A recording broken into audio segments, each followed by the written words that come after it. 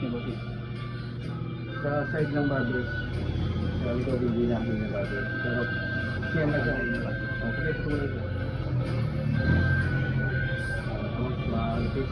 Hindi siya masyadong nalipis. Nakakontrol na. Hindi, lipas na. Lipas Sa na mga sa parang kumali. Oo, mga barbers sa dito. Back, parang back. Pero malipis po. Yung malipis. Malipis na mga back. Hindi, malipis na. Malipis na pwede mo.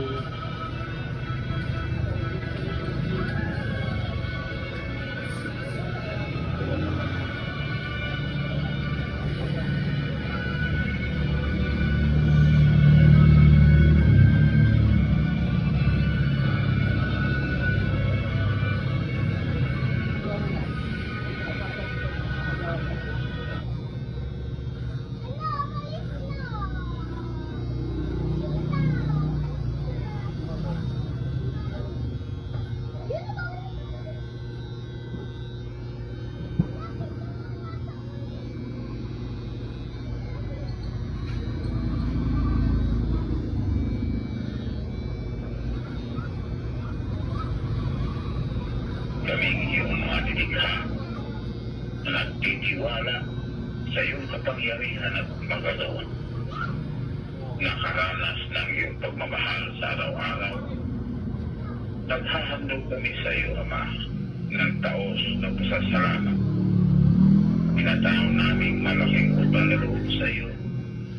Ang kami patuloy mong ipinagmamalasakit sa buhay na ito.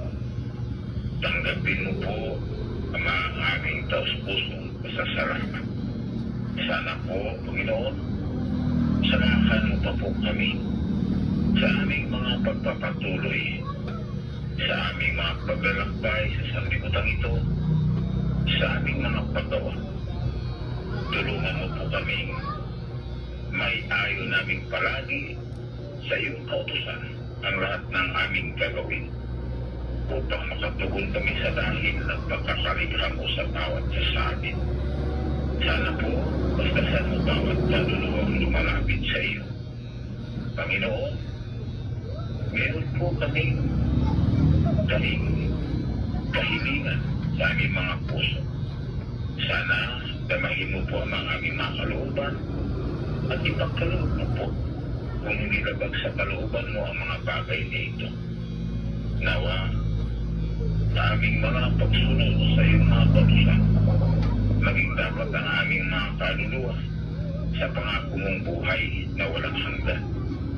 Minsan pa kami nakikiusap, kaawaan mo po ang mga may mabibigat na mga karamdaman, may mga mabibigat na suliranin. Aliwin mo rin po ang mga nagdadalang hati, ang mga nawawala ng pag-asa. Ipaalala mo po sana sa kanila. Meron kaming Diyos na maaasahan sa buhay, na kailan ay hindi nagpapabayad. Nagkakaloob sa lahat ng kailangan ng iyong mga nilikha. Nawa, makapagpatuloy kaming lahat, sama-sama sa paggawa, sama-samang tumulong sa kapwa na nangangailangan. Pagpalain mo po lahat ng nagkakawang gawa. At nawa, samahan mo rin at pagpalain ang mga namimig sa mga pamahalaan. Bahala ka na po sa kanila. Malingap nawa, makapagtapat sa tungkuling kaloob mo sa kanila. Humihingi kami ng tawad sa lahat ng aming mga pagkakamaling nagawa. Sana po, Ama, patawarin mo kami. Ngayon pong pinatawad na po namin ang mga nagkulang sa amin. Sa kamay mo po, aming inihahabilin sa iyo ang aming mga buhay, ang aming mga kapalaran. Bahala ka na po, Panginoon, sa aming lahat at sa aming mga anak. Salamat po sa iyo, sa pangalan ng aming Panginoong Jesucristo. Amen. Hindi po napakinggan ang UN Community Prayer. Inaasahan namin ang inyong pakikiisa sa lahat ng community prayers schedule. Maaari rin po kayong makipanalangin sa ating state-of-the-art community prayer via web streaming www.mcki.org/cpd.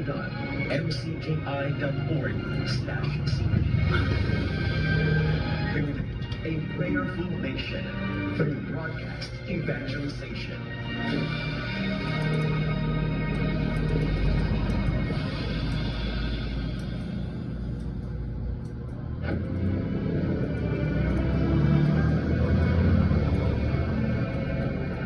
Ito, nagsalita ng Diyos na dapat nating sampalatayanan kaya tayo po ay umibig sa ating mga kapwa-tao o gumawa ng mabuti sa lahat.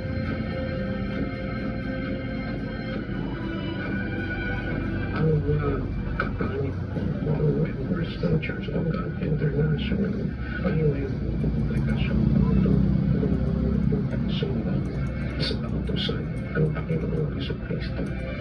Tulong-tulong kayo dito sa pagdadala ng mensahe ng isa't isa sa kayo ninyo matutupad ang kautusan ni Kristo.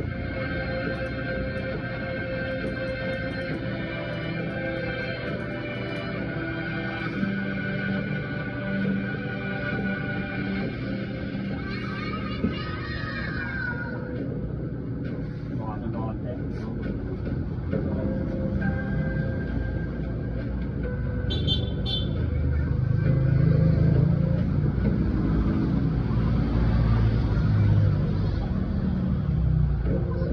Good day.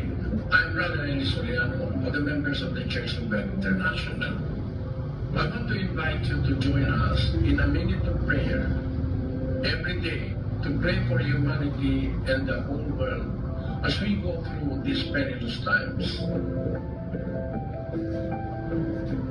While safety measures like washing of hands and strengthening of our immune systems may help us through this horrible predicament, there is still no precaution or cure more powerful than God's mighty intervention. And we need His intervention now more than ever. It doesn't matter what religion you are in or what denomination you belong. This is an invitation for all the people around the world who cares for the future of their family, friends, loved ones, and humanity as a whole. Everybody is welcome to pray with us. For more details, you can check out the description box below. Thank you very much, and I hope to hear from you soon. May God bless you.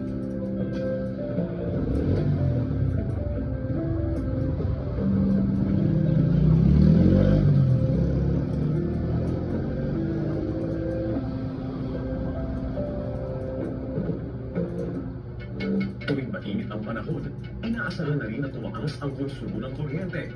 Dahil extra effort ang cooling system ng appliances, mas malaki ang kailangan nitong supply ng kuryente. Ito ang ilang tips para makatipid sa konsumo ng kuryente. Linisin ang appliances tulad ng electric fan o air conditioning units para hindi mahirapan ang makina nito at hindi malaki ang electricity consumption. Isarado ang mga ilaw kung hindi naman kailangan. Mag-unlock ng appliances kung hindi naman ginagamit. Iwasan na matagal na nakabukas ang pintuan ng refrigerator at siguraduhin na nakadapat itong mabuti kapag nakasara. Ito ang ilang tips para makatipid sa kuryente mula sa UNTV, your public service channel. When we take off, you get a fresh overview of the news.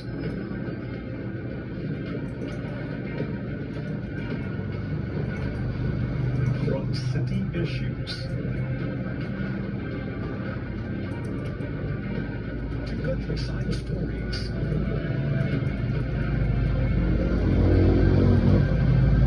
We tell about celebrations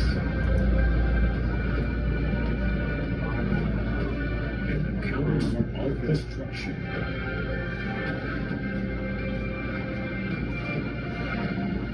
With programs, we give you not just visual narratives from a whole new perspective, one service on a higher altitude. This is our advocacy and UNTV journalism.